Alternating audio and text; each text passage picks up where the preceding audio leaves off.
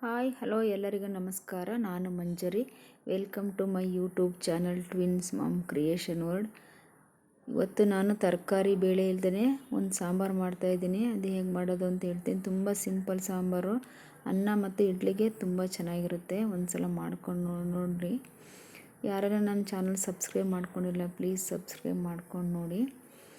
ಇದು ಇಡ್ಲಿಗೆ ಮತ್ತು ಅನ್ನಕ್ಕೆ ತುಂಬ ಚೆನ್ನಾಗಿರುತ್ತೆ. ಹೇಳಿ ಮಾಡಿಸಿದ ಕಾಂಬಿನೇಷನ್ ಇದು. ಮನೆಗೆ ಯಾರಾದರೂ ಗೆಸ್ಟ್ ಬಂದರೆ ಪಟಾಪಟ್ ಅಂತ ಈ ಸಾಂಬಾರು ಮಾಡ್ಬೋದು.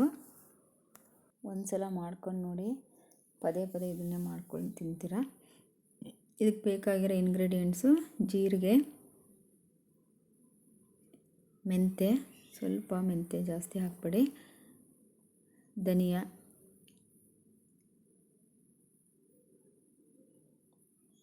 ಬೆಳ್ಳುಳ್ಳಿ, ಹಸಿ ಶುಂಠಿ, ಒಣಮೆಣಸಿನ್ಕಾಯಿ ಬೇಡದೇ ಇದ್ದರೆ ಹಸಿಮೆಣಸಿನ್ಕಾಯಿ ಹಾಕ್ಕೊಳ್ಳಿ, ಮತ್ತು ಟೊಮೊಟೊ ಜೊತೆಗೆ ಸ್ವಲ್ಪ ಹುಣಸೆಹಣ್ಣು ಹಾಕಿರೋ ಚೆನ್ನಾಗಿರುತ್ತೆ. ಆಪ್ಷನಲ್ಲು, ಆದರೆ ಟೊಮೊಟೊ ಹಾಕಿದ್ರೆ ಚೆನ್ನಾಗಿರುತ್ತೆ. ಅರಿಶಿನ, ಸ್ವಲ್ಪ ಬೆಲ್ಲ, ಮತ್ತು ರುಚಿಗೆ ತಕ್ಕಷ್ಟು ಉಪ್ಪು. ಇಷ್ಟೇ ಇದಕ್ಕೆ ಬೇಕಾಗಿರೋದು. ಮತ್ತು ಕೊತ್ತಂಬರಿ ಸೊಪ್ಪು ಸ್ವಲ್ಪ ರುಬ್ಲಿಕ್ಕೆ ಹಾಕೋದು. ಒಗ್ಗರಣೆಗೆ ಎಣ್ಣೆ, ಸಾಸಿವೆ, ಇಂಗು,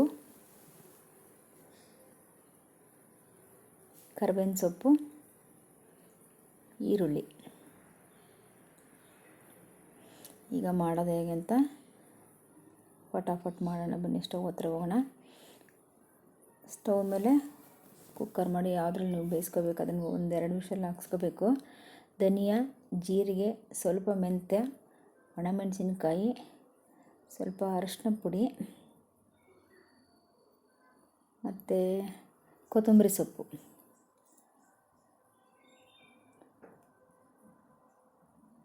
ಇಷ್ಟನ್ನು ಹಾಕ್ಕೊಂಡು ಎಷ್ಟು ಬೇಕಷ್ಟು ಸ್ವಲ್ಪ ಅದು ಮುಳುಗೋವಷ್ಟು ನೀರು ಹಾಕಿದರೆ ಸಾಕು. ಮುಳುಗೋವಷ್ಟು ನೀರು ಹಾಕಿ ಒಂದು 3 ವಿಷಲ್ ಹಾಕ್ಸ್ಬೇಕು ಅದಷ್ಟು. ಸ್ವಲ್ಪ ಅರಿಶಿನ. ಪ್ಲೇನ್ ಸಾಂಬಾರು, ಇದಕ್ಕೆ ಯಾವ ಬೇಳೆ ಅವಶ್ಯಕತೆಯೂ ಇಲ್ಲ. ತುಂಬ ಚೆನ್ನಾಗಿರುತ್ತೆ ಬಿಸಿ ಬಿಸಿಯಾಗಿ ತಿಂದರೆ. ಬೆಳ್ಳುಳ್ಳಿ, ಹಸಿ ಶುಂಠಿ, ಈರುಳ್ಳಿ.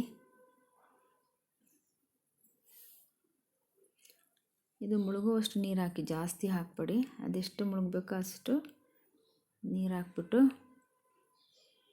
ಕುಕ್ಕರ್ ಲಿಡ್ ಕ್ಲೋಸ್ ಮಾಡಿ ಒಂದು 3 ವಿಷಲ್ ಹಾಕಿಸಿ. ಯಾಕೆಂದರೆ ಧನಿಯಾ, ಜೀರಿಗೆ ಮತ್ತು ಮೆಂತ್ಯ ಎಲ್ಲ ಡ್ರೈ ಹಾಕಿರ್ತೀವಿ. ಕೆಲವರು ಇದನ್ನೇ ಎಲ್ಲನೂ ಹುರಿದ್ಬಿಟ್ಟು ಮಾಡ್ತಾರೆ. ಬೇಯಿಸಿ ಮಾಡಿದ್ರೆ ಚೆನ್ನಾಗಿರುತ್ತೆ. ಇದಕ್ಕೆ 3 ವಿಷಲ್ ಹಾಕ್ಸೋಣ. 3 ವಿಷಲ್ ಹಾಕಿದ್ರೆ ಚೆನ್ನಾಗಿ ಬೆಂದಿರುತ್ತೆ. ಇದು ತಣ್ಣಗಾದ್ಮೇಲೆ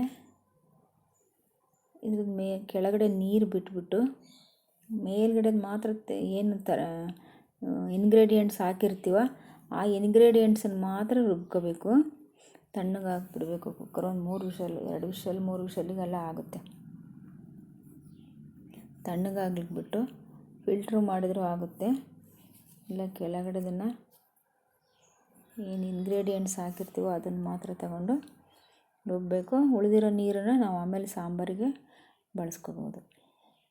ತುಂಬ ಚೆನ್ನಾಗಿರುತ್ತೆ ಸಾರು. ತುಪ್ಪ ಹಾಕ್ಕೊಂಡು ಅನ್ನಕ್ಕೆ ಊಟ ಮಾಡಿದ್ರಂತೂ ಹೇಳಿ ಮಾಡಿಸಿದ ಕಾಂಬಿನೇಷನ್.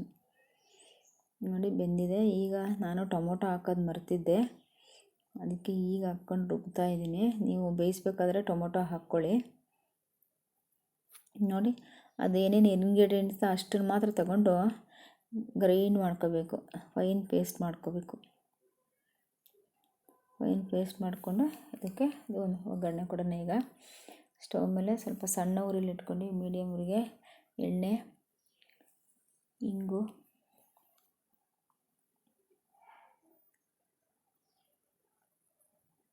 ಸಾಸಿವೆ,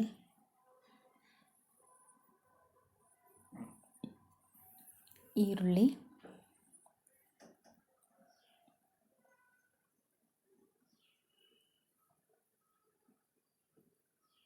ಸ್ವಲ್ಪ ಕರಿಬೇವಿನ ಸೊಪ್ಪು ಹಾಕಿ ಫ್ರೈ ಮಾಡಿ, ಸ್ವಲ್ಪ ಗೋಲ್ಡನ್ ಬ್ರೌನ್ ಬರೋವರೆಗೂ ಫ್ರೈ ಮಾಡಿದ್ಮೇಲೆ ನಾವೇನು ಗ್ರೈಂಡ್ ಮಾಡಿ ಇಟ್ಕೊಂಡಿರ್ತೀವಲ್ಲ ಪೇಸ್ಟು, ಆ ಪೇಸ್ಟನ್ನು ಹಾಕಬೇಕು. ಹಾಕಿ ಒಂದು ಕುದಿಸ್ಬೇಕಷ್ಟೇ. ಮೊದಲೇ ಎಲ್ಲ ಇಂಗ್ರೀಡಿಯೆಂಟ್ಸ್ ಬೆಂದಿರುತ್ತಲ್ವ. ಈಗ ನಾವು ತುಂಬ ತಿಕ್ಕಾಗಿದ್ದರೆ ನಮಗೆ ಎಷ್ಟು ಕನ್ಸಿಸ್ಟೆನ್ಸಿ ಬೇಕೋ ಅಷ್ಟು ನೀರು ಹಾಕ್ಕೊಂಡು ಒಂದು ಕುದಿಸ್ಬೇಕು. ಒಂದು ಕುದಿಸಿ ಈಗ ಅದಕ್ಕೆ ರುಚಿಗೆ ತಕ್ಕಷ್ಟು ಉಪ್ಪು ಹಾಕಿ ಒಂದು ಕುದಿಸ್ಬೇಕು. ಒಂದು ಕುದಿಸಿ ಅದಕ್ಕೆ ಸ್ವಲ್ಪ ಬೆಲ್ಲ ಹಾಕಿ. ಮೇನ್ ಇಂಗ್ರೀಡಿಯೆಂಟ್ ಇದೇನೆ, ಬೆಲ್ಲ ಹಾಕ್ಬೇಕು. ಅದಕ್ಕೆ ಬೆಲ್ಲ ಹಾಕಿದ್ರೇ ಚೆನ್ನಾಗಿರುತ್ತೆ.